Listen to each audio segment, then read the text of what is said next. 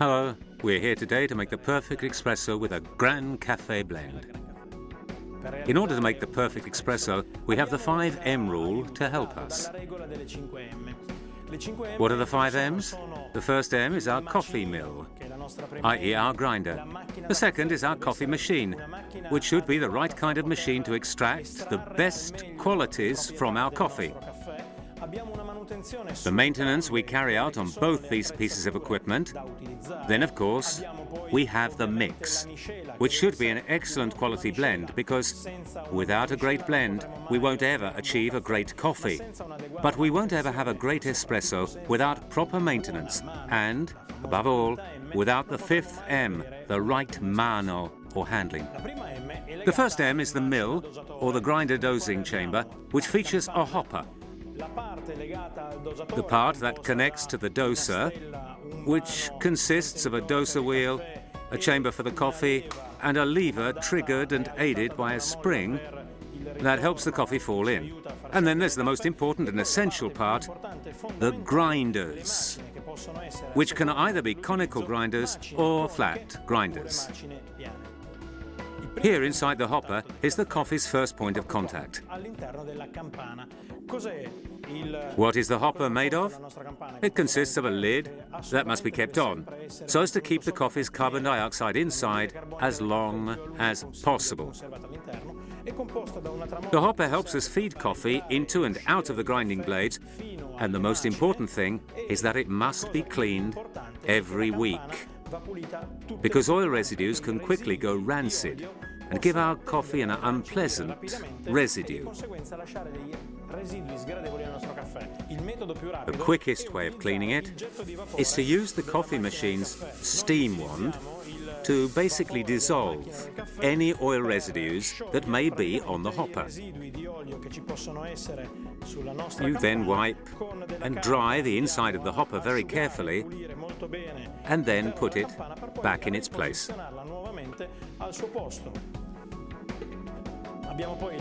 Then we have a second part, which is the doser itself.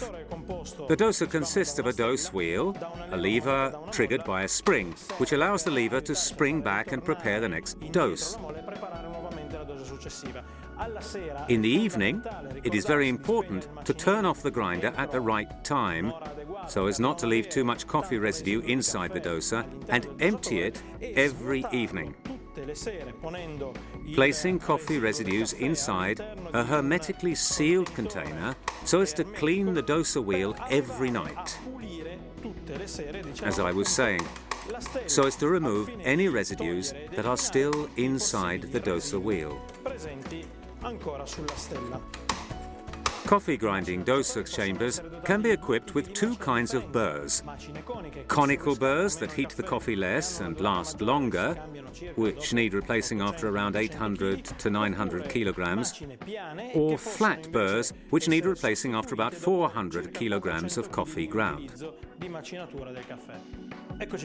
And now we can finally open our fragrant packet of coffee. Make sure you store packets of coffee in a cool place so they don't risk being altered by high temperatures. Put your Romcaffè blend inside the doser and close the lid properly. Now it's time to grind the coffee. How do we know if we're grinding the coffee correctly or not? We have another little rule to help us, the 25-second rule. That is, we have 25 seconds from when we press the button that pours 25 milliliters of coffee. If the coffee reaches 25 milliliters in around 20 seconds, it presumably means that the coffee hasn't been ground enough. If we reach 25 milliliters in 30 seconds, the coffee is too fine. On the dial here, we have some settings that indicate the position of the burrs, with a reference point that is marked on the grinder itself. Should we need to tighten the burrs and therefore make the coffee ground finer, we turn the dial towards fine to the right. Instead, if we need to make the coffee less fine, we turn it towards the left, towards grosso. Now we come to the coffee machine itself. The coffee machine is an essential tool for creating a good espresso. Here we have a coffee machine which consists of an internal boiler for heating water, the group heads, the steam ones for heating milk or tea or whatever else, and 2 pressure meters. The higher one, which shows the pressure in the boiler and the temperature of the water, while the lower one shows the pump temperature, and it is essential that this remains always between 8.5 and 9.5 atmospheres. Now you can attach the filters to the group handle, which you've left in water overnight, so as to ensure that any grease that may have still been attached to them, despite careful washing, has come away overnight. Make sure you always clean these without using detergents. Then rinse them carefully.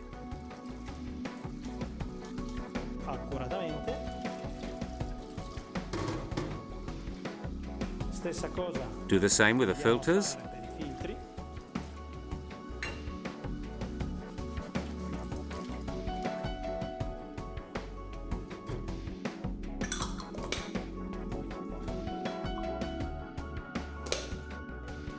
And now heat your 2 filters with the coffee machine's hot water.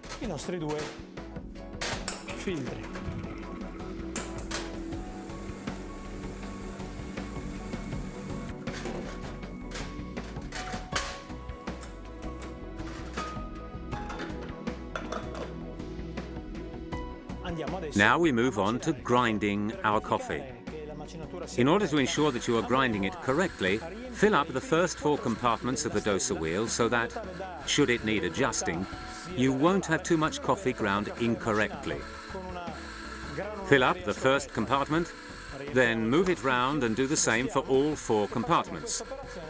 Being quick to shut the hopper off after having filled the second compartment so that the burrs are empty, should you need to adjust them.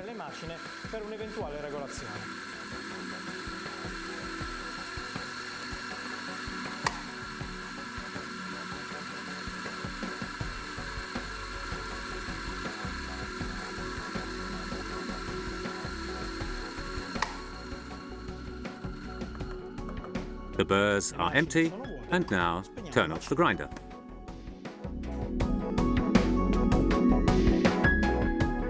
Let's make some coffee. Now let's move on and prepare our espresso. Check that the group handle doesn't have any drops of water or damp or any previous residues. And then fill it with the 2 doses of coffee you need to make our espresso. Make sure that each dose, i.e. each pull of the lever, contains between 7 to 8 grams of ground coffee. Flatten it off so that it is perfectly level, and then, using the hand tamper, press down with a pressure of around 12 kilos. Now attach the group handle. Take 2 coffee cups, always from the handle, and fill them. Remember, 25 milliliters in 25 seconds from the moment you press the button, with a water temperature of between 88 and 90 degrees, and a pump pressure of 9 atmospheres.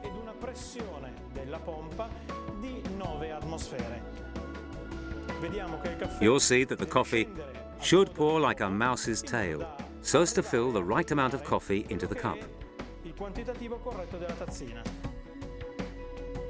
This coffee took around 18 seconds to pour, which means the coffee hasn't been correctly ground. So tighten the dial a couple of notches on the dosing chamber grinder. Now you're in the right position. Remove the small amount of coffee left inside the grinder, grounding with the old setting, and grind your coffee with the right setting.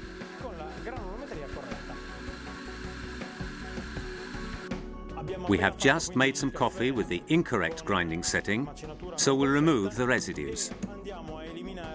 Make sure you always brush the group handle, and when you tap it, don't tap it on the metal, but tap it in the correct way on the wooden part of the waste drawer.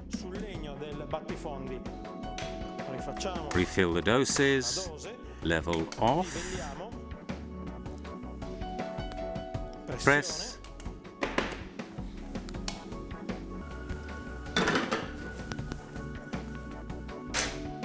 and espresso.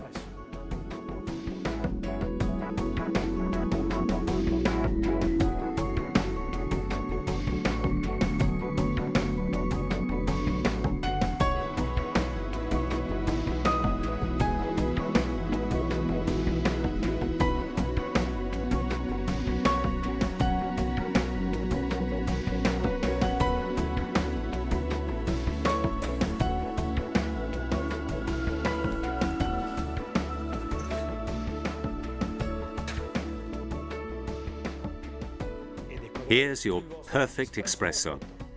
Make sure the handle and teaspoon are on the right and that cups arranged on top of the machine are always facing up, so you don't burn your customers' lips. We have just gone over how a bartender can make 2 perfect cups of espresso thanks to an excellent blend. But the same person, with an excellent blend, can unfortunately serve espresso coffee that is far from perfect as well. Let's take a look at 2 typical examples of badly made espresso. Firstly, we haven't cleaned the group handle. We haven't checked if the dose is right or not, or whether the grinding is fine enough, and we end up making an espresso that is technically called under-extracted, i.e. empty, with a temporary foam and none of the features of a great Italian espresso. This is what happens when we serve an espresso of this kind. As you can see, in this case we have a coffee without hardly any foam, that's empty in the middle and doesn't look particularly appealing. Here instead, we have a typical example of an over-extracted coffee. In this case, the reason for the over-extraction could be different or the opposite of what we had before, i.e. an excessive dose of coffee, or coffee that is ground too finely, or even a machine with an excessive temperature, which actually burns the coffee, resulting in an over-extraction of coffee, in terms of the quantity of liquid produced as well. And here's another example of how not to serve a coffee. An over-extracted coffee has a lasting dark foam and, as you can see, the typical sign we call a white button, which indicates over-extraction. If you have followed all these rules, you will end up serving your customers the perfect espresso with an attractive walnut color and a thick, long-lasting foam that doesn't open up even when you rotate the cup.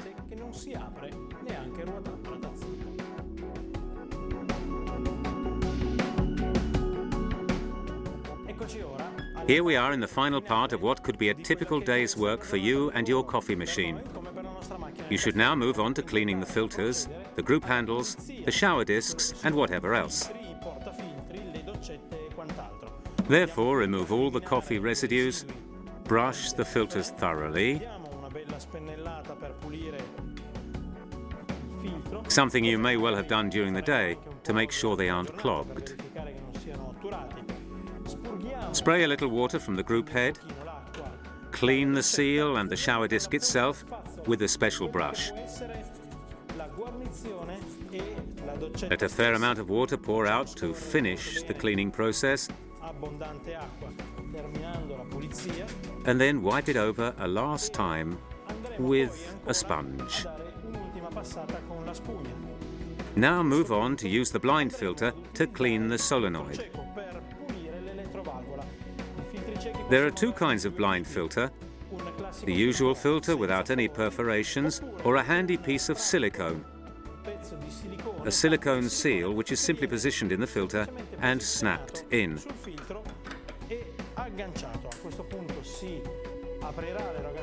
Then you open the water supply, ensuring that the water comes under pressure inside the machine. That way, when you turn off the water flow button, all the water will be drawn back into the machine and will clean the solenoid as it passes over it. Once you've finished cleaning the solenoid, move on to cleaning the group handles.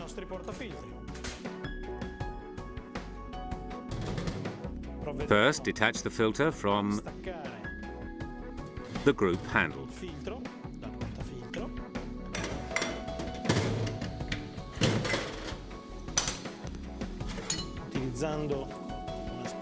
Then, using a sponge,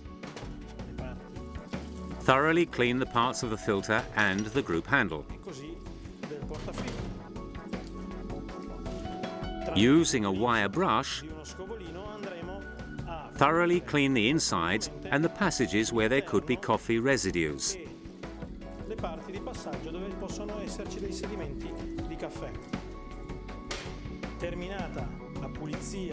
After having cleaned the group handles, place them in a bowl of cold water overnight, which mustn't have any detergent.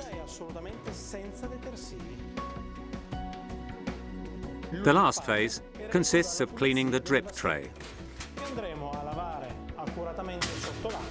Clean this thoroughly under running water, removing all the residues left over after a day's work.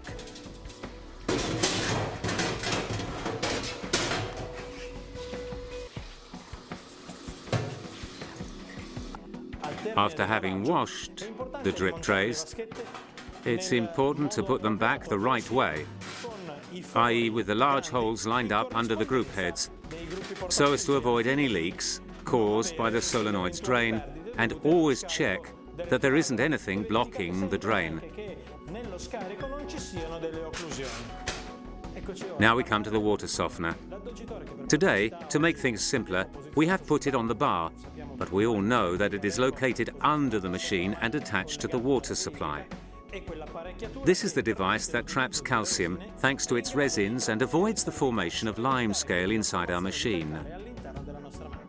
It's usually connected to the water supply by a pipe connected to the top tap, which also has a small tube that is usually left free. Instead, the tap below is connected to the coffee machine. On the opposite side, there is another little tube that leads directly to the drain. Depending on the quality of coffee or water used to produce our espresso coffee, you should regenerate these resins every 15 to 20 days. This is what you need to do. Put both taps in a vertical position so as to shut them off. Then, using a bowl, turn the tap towards the rubber tube side and let the water flow out till it reaches the level of the tap.